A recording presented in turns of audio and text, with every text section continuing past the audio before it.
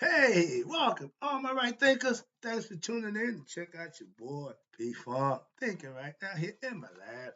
And I'm back in the book. I got a nice little lesson for you today. It's about concentration. In the words of my old man, some people concentrations is longer than a mosquito's dick. Just want to use the vernacular, get it right from the master of what we thought thinking was back today, but he did it a little different. But concentration was important. Let's talk about that. That's today's lesson. Let's go. Rightism, 25 rules to live by. Storytelling, story with a message. There's a message in my stories for life. I give you a life lesson. You tune into receiving them. I appreciate you. We got a good thing going. Let's take care of business. Right thinking mission is to enlighten, inspire, educate, and motivate you, the individual, to a higher spiritual level of enlightenment. Right thinkers way of life through mental and spiritual discipline. Practice daily will help and guide you to attain your goal of reaching spiritual enlightenment, aka know thyself. My mission that all right thinkers know thyself. If you're a right thinker, your goal is to know thyself. You see where we're going with this? Let's get there together. So I asked the question, do you know you? You win when I'm through. That's what I do. It's rhetorical. But if you don't have the answer for yourself, tune in. I got you. A person who knows not and knows not that they know not is foolish. Disregard them. A person who knows not and knows that they know not is simple, but you can teach them. That's why I do what I do for you. Appreciate you too. Stay tuned. I got more for you. A person who knows not and believe and think that they know is dangerous. Avoid them. I do. A person who knows and knows not that they know is spiritually asleep. I can awaken them. I'm your spiritual alarm clock here to wake you up with knowledge of self. That's what I do for you. A person who knows and knows that they know is wise. Follow them. All these persons reside in you, right? Thinkers, know thyself and two, might not be true. We're going to talk about concentration. I had a whole bunch of little elaborate title, how mastering concentration leads to Maakheru. Nah, scrap that. We're just going to talk about concentration. In the words of my old man, if your concentration is long as the mosquitoes thing, you ain't really concentrating, and you definitely ain't thinking right. Let's work on that. Now, have you ever tried to hold a single thought, speaking for yourself, in your mind?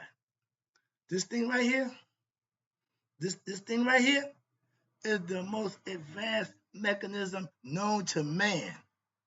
It don't come with instructions. So you have to what? Learn as you go. Trial and error, so to speak. So that's the part about learning how to control it is important. And concentration teaches you that. So let's go. Teach you how to work your mind. Have you ever tried to hold a single thought in your mind? Most people, now this is almost embarrassing, cannot hold one thought in their mind or stop the thinking process of their mind for 4 seconds. That's short. If you know about a mosquito, his thing is short. Makes a lot of sense, dude. Appreciate that analogy. That fits the point. It just said if you can't stop your brain, you can't stop the bad thoughts, whatever going for 4 seconds, you can't hold a thought for 4 seconds, you're gonna have problems in life. Your concentration ain't gonna help you at all. So get better.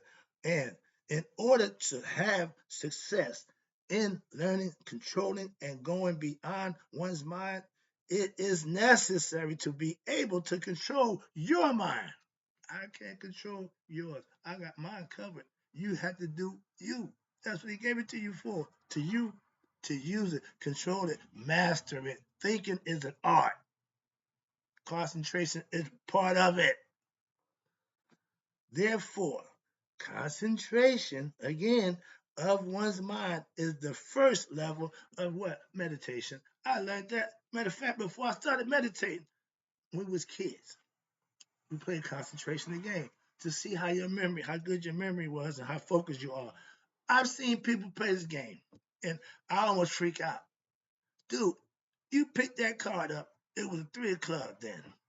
You get a 10 over here. Why would you go pick that damn 3 o'clock back up? You know it's a three. Oh, I forgot it wasn't concentrating. So that freaks me out. I learned focus, pay attention. So I was good at the concentration game. I saw a lot of kids who wasn't, and I couldn't figure out what the heck is going on upstairs. The lights is on, but ain't nobody home. Concept. All right. So again, oh yeah. The first level of meditation is being able to focus your mind, slow it down, stop it. You got them people who, when they talking and they make their point to the point, they keep going. You tell them, okay, I get stopped. They can't. They can't. Those lack of concentration. Why? They can't shut the brain down. Can't shut the mouth up. Okay, they're not in control of their mind. That tells you right there. Okay, so they got short concentration spans, mosquito minds, as I call them. It involves daily training of your mind so as to develop the ability to hold its attention on one subject or one idea. That's the purpose of concentrating. If I pick that card up, a three, I know whenever I get a three, I'm going back to that card. Other than that, it stays there. I have no use for it. But my concentration tells me it's there. My focus and understanding, long-term memory tells me that three is sitting there right there. So whenever I pick up, I ain't gonna pick that card up again until what? I get another three to go with it. So forth and so on. Concentration also consists of what? Learning how to curb one's stray thoughts. I hear people say, stuff just popped up in my mind. Okay, but you need to be able to control that. I ain't saying it don't, but what happened to do? You just go with it? That's willy-nilly. I don't do willy or nilly. Focus, stay concentration. Everything I do is for a purpose, planned out, thought about before I do it. I used to didn't do that, so I know the difference. I get it. So as to what? Because a what? The convergence of mental energy on one single object or one thought about one thing. You can't do that. That's scary. Why? If you can't, who will? Okay, you got the people who will start telling you what to think, how to think. You might join a religion group or a cult, whatever. Why? Because you can't think for yourself. I'm not doing that. Knowing thyself gives me all my power I need what for myself. But the object may be a flower that you think about, concentrate about. Find something and fix your mind on it. Okay. Or a divine icon. I use my symbol. At this level, the daily practice of what I call righteous and virtuous living is what a great help. If you're professing what you're learning, that helps you along the way and keeps the mind focused because it allows you to conserve your energy that would be otherwise wasted and on what? Endless pursuits of bunch of nonsense and desires of the flesh and constant indulgence in negative behavior. Sounds familiar? Which agitates the mind and prevents concentration. If your mind is always occupied or agitated about something you did, something you got to do, something, all that, it's never at peace. It's never calm. It's hard to work. It's hard to do its job. In short, excuse me, the mind in an ordinary human being is like an ocean.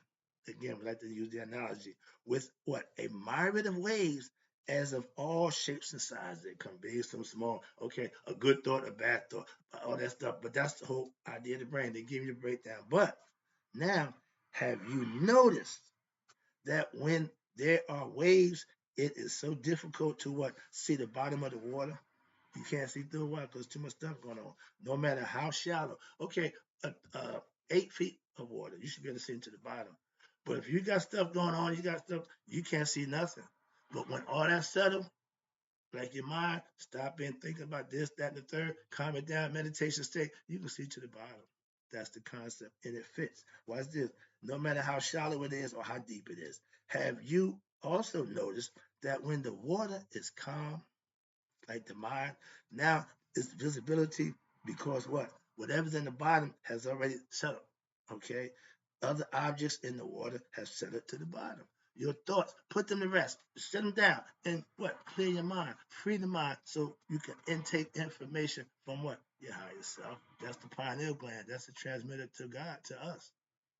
Well, you know, again, a lot of things I'm here to tell you what you don't know. If I tell you what you know, I'm not enlightening you. Everything I tell you, you don't already know. And if you do, you good. Why? That's how I got mine. You had to live it, learn it. I'm teaching it because I know it. Now, and have you ever, in the same way, you cannot see the depths of your own mind. Why? Because it's constantly fed with movement. useless movement, wasted time. That's what I say. When you focus, you don't do. I don't think about a whole bunch of stuff that don't concern me. I don't waste my thoughts on that. I don't let it rent space in my mind. Why? I got other stuff that I want put there. Useful stuff, information that I can use. Okay, the sediment, a bunch of nonsense, is unconscious impression that we carry constantly, and it's always being stirred up in like a foam that sprays or whirlpool. The action is always you can't get nothing done like that. When people get nervous, agitated, anxiety, they can't function. Calm the heart down. Once the heart get agitated, the mind goes haywire. Why? They all out of sync. It's just discombobulation, chaos. Like that the robot in Lost in Space. Warning, warning, danger. It didn't do nothing but say infrared is all. But it's the warning part that you got to recognize. But those whirlpools of thoughts and emotions. Remember, the two things you have to control is emotions in your conscious, your mind. Put them together, become one. That's where you'll find God. I'm trying to get you to understand that. And your emotions in your mind, and it do not allow what clear vision of what lies beyond the nonsense that's going on in your mind. You can't see past the obvious. Some people get caught up in depressed and don't see a way out, take their life. Okay? What? They don't see past the problem. Like my mom said, whatever it is, this too soon shall pass. Be it good or bad. Just when it's good, we don't want it to pass. When it's bad, we want it to pass real fast. So understand that it goes both ways. So a person who is untrained, unenlightened, don't know yourself, in the art of what meditation, aka right thinking, and the yoga is you are constantly thinking about what objects, things, and how to acquire them. About your past, your present, or your future. Your mind ain't never at peace, so you're just never getting a clear sight about how to what stream or input from the senses. So I missed the whole point. Or how to satisfy your physical desires of the flesh, which are constantly arising, and so on, so forth. When you are living for pleasures and your thoughts is only about pleasures, you live on the lower level. You ain't doing nothing productive. You're doing that good, positive. You just doing you. Okay. When you offering up self-service, helping others, teaching a philosophy, that's good work. You must learn to what? Ignore that constant stream of input from the senses of the body. I'm not ran by my physical urges. Some people can't help it. They just got to get theirs. Okay, if that's your thing that floats your boat, do you? Some people use drugs. Whatever it is, you should have balance in whatever you're doing. That's my motto. Okay, so I don't get caught up in none of that nonsense. But this process of withdrawal will allow you to be able to now achieve what we call true introspection, checking yourself. You don't need to be constructively criticized if you checking you. Anybody got to tell you how to act and what to do? Why? You checking you. And if not, you're going to be told. Why? Because people see what you're doing. And they can tell you. Now, that's why many people practice what? Concentration in the world. Worrying about everything but themselves. Got everything figured out, know everything except about them. The big difference in the idea of concentration and focus as it's presented here from that of the world is that worldly minded people concentrate on what? Any means through which they feel that they can achieve the object of their desires, of their affections. Whatever it is you can achieve, whatever you can conceive, you can achieve. But if all your conceptions are just about physicality, monetary things, of this nature, then that's all devilish. That's the devil's domain. He'll give you all that. Why? To keep you here. He love it. Y'all love it. So y'all a perfect match. All right. But when you live for just your desires of the flesh, that's what I tell you. And the Bible teaches about that all the time. Some like this. Some want to what? Get rich. Goals are to be rich and famous. Others concentrate on what? Creating and inventions. Okay, again, a good admirable profession. Others on becoming what? Wealthy enough so what? So that they can spend their time on various distractions of the life that they want to live, which with money, which can buy and control the minds in order to promote purity of the heart and strength of will. If you're driven by these activities. You caught up in Ouroboros, so to speak. You caught up in the thing. But in a spiritual life, what's this? For a spiritual life, the objects of creation or concentration is the object of concentration is to control one's mind so that you can promote purity of heart, strength of will, and from our ancient Egyptian book of coming forth by day, as well as our ancient Egyptian wisdom text. We got both of them from 500 BCE. Okay, 5000 BCE. What? The object, the sole object was this of all spiritual practice is explicitly stated to be, you ready? The attainment of what we call Maakheru. What's that? Purity of heart, speaking the truth, living in harmony and righteousness. That's a goal to be obtained in order for you what? To pass the test at Judgment Day, the feather of Mayat, to purify one's heart. That's why. And it was very, very much important to them as a people. And they practice it like we practice Christianity, Judaism, religion. They practice the lifestyle of reaching Maakheru. Why? So they can go into the afterlife. They didn't have much of reincarnate. We do that now. Moving on. But the reason for leading what I call, what I live by, a meditative lifestyle, which involves what? Your detachment from worldly things, your dispassion from other people's situations. I don't get involved, and your righteous and harmonious living, and so that you may now be able to what? Reduce your life distractions and the wastage of your mental energy, which will be squandered away on things which are not needed and which, upon closer reflection, are not even real anyway. So you chase an illusion, waste your time chasing something that ain't real. We ain't gonna get into that. But the mind have to be enlightened to what? Understand things, to do things better that you have control over. That's the purpose of meditation. Many times people are so involved, watch this, with the world that they live in. They're so busy of human experiences. We're spiritual beings come here to have this human experience. Some of us get so engulfed in the human part and they forget they're spiritual beings. So they think they're just human and they just live in what? When right for out, that's it. Ignorance. That's the problem. But what's this? They have experience. They come to the world having experience that they cannot what? Stop thinking about what objects, things, people or situations which they just desire. They just have to have. And they hate or wish to, excuse me, they desire, which they desire, hate or wish to acquire what? Those things. They hate the bad things and love the good things. So they wishy-washy, up and down. That's not good. But as long as this condition exists in your mind, then you will be confused, you'll be unenlightened, and it will be extremely what? Difficult, if not impossible, for what? For you to achieve success in meditation and to get knowledge of self. You're your own worst enemy. That's the concept of concentration. That's the purpose of it. And I hope you enjoyed the lesson. I got to go. It didn't need to take long to tell the truth. I had this lesson laid out. I want to get out the way. So now, right thinkers, in closing, everything you do is based on what you think. When you're thinking right, you can do anything you want. That's the name of the game. That's the power of true belief.